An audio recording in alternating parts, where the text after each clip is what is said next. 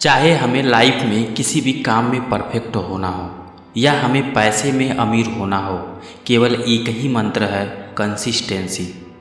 हर जगह पर कंसिस्टेंसी बहुत ज़रूरी है, क्योंकि बिना कंसिस्टेंसी से कुछ भी नहीं मिलता।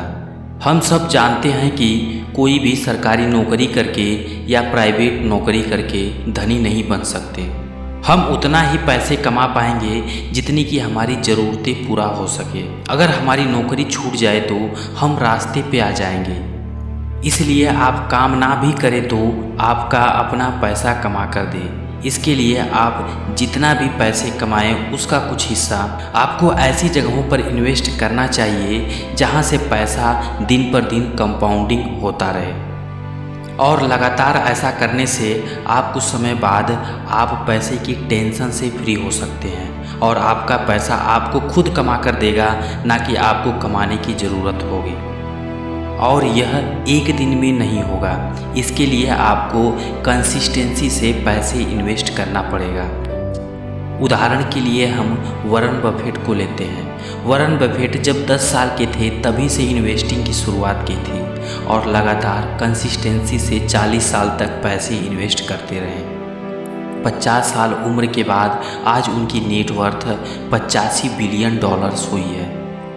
और यह सब कंपाउंडिंग और कंसिस्टेंसी से इन्वेस्ट करने पर ही संभव हुआ। सेकेंड है, getting rich is easy but staying rich is difficult. दोस्तों, आज के समय में पैसे कमाने के हज़ारों तरीके हैं, जैसे यूट्यूब, फेसबुक, इंस्टाग्राम या अन्य सोशल मीडिया प्लेटफार्म से आप पैसे कमा सकते हैं। पर जितना आज के समय में पैसे कमाना आसान है, उतना ही पैसे को बचाना मुश्किल। अमीर होना बहुत बड़ी बात नहीं है, बल्कि अमीर बने रहना बहुत ही मुश्किल है। एग्जाम्पल के लिए हम 2 इन्वेस्टर्स के बारे में बताता हूँ। जेस लिवरमोर, जो कि 90-20 के माने जाने इन्वेस्टर थे। उसी समय 1929 में स्टॉक मार्केट पूरी तरह क्रैश हो गया। ज़्यादातर इन्वेस्टर्स और स्पेकुलेटर पूरी तरह बर्बाद हो गए थे, जिसकी वजह से कई इन्वेस्टर्स और स्पेकुलेटर्स सुसाइड कर रहे थे। जेस लिवरमोर की वाइफ डोराथी इन्वेस्टर के सुसाइड की खबर सुनकर परेशान हो गई थी और एक दिन लिवरमोर घर काफ़ी देर से पहुंचे, जिसकी वजह से लिवरमोर की वाइफ डोराथी काफ़ी परेशान हो गई थी।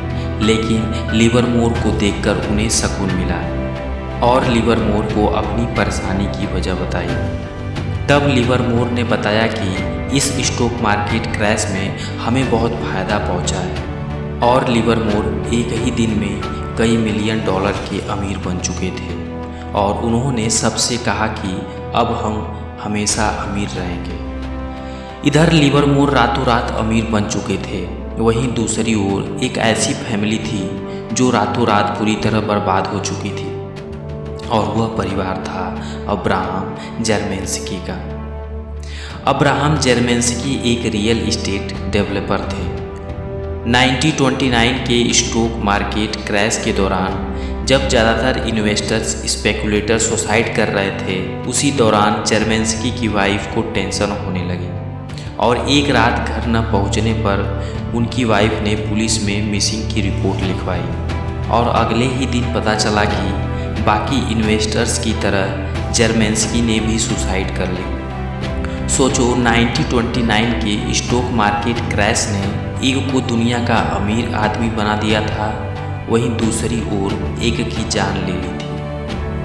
अब 1929 के स्टॉक मार्केट के क्रैश से लिवरमोर दुनिया के सबसे अमीर आदमी बन चुके थे और इस जीत से लिवरमोर के अंदर कॉन्फिडेंस ला दी थी, जिसके कारण ज़्यादा से ज़्यादा पैसे का बेट लगाने लगे। ठीक 4 साल बाद लिवरमोर ने भी सुसाइड कर लिया, जिसका कारण था लिवरमोर अपना सारा पैसा स्टॉक मार्केट में लगा दिए थे, जिसके कारण उन्हें काफ़ी नुकसान हो गया और मजबूरन उन्हें सुसाइड करना पड़ा। देखा जाए तो जेरमेंस्की और लिवरमोर के सुसाइड का कारण एक ही था, पैसा।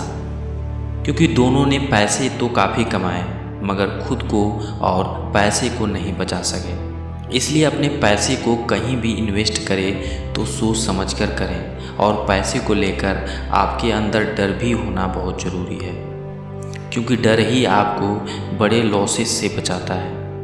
थर्ड है failure is a part of the life. दोस्तों, हम अक्सर किसी भी काम को करते हैं 10 में से 9 बार ज़रूर फेल होते हैं। कुछ लोग होते हैं कि फेलियर से हार मान लेते हैं और उस काम को छोड़ देते हैं, और यही उनकी सबसे बड़ी भूल होती है, क्योंकि कोई भी ऐसा काम नहीं है जो एक बार में ही सफलता मिल जाए।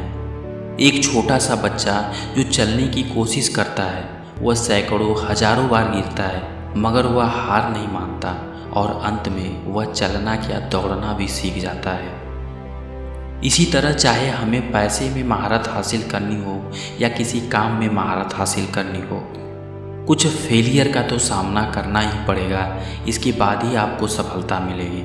दोस्तों, अगर वीडियो पसंद आए तो चैनल को सब्सक्राइब करें। मिलते हैं नेक्स्ट वीडियो में, तब तक के लिए जय हिंद, जय भारत।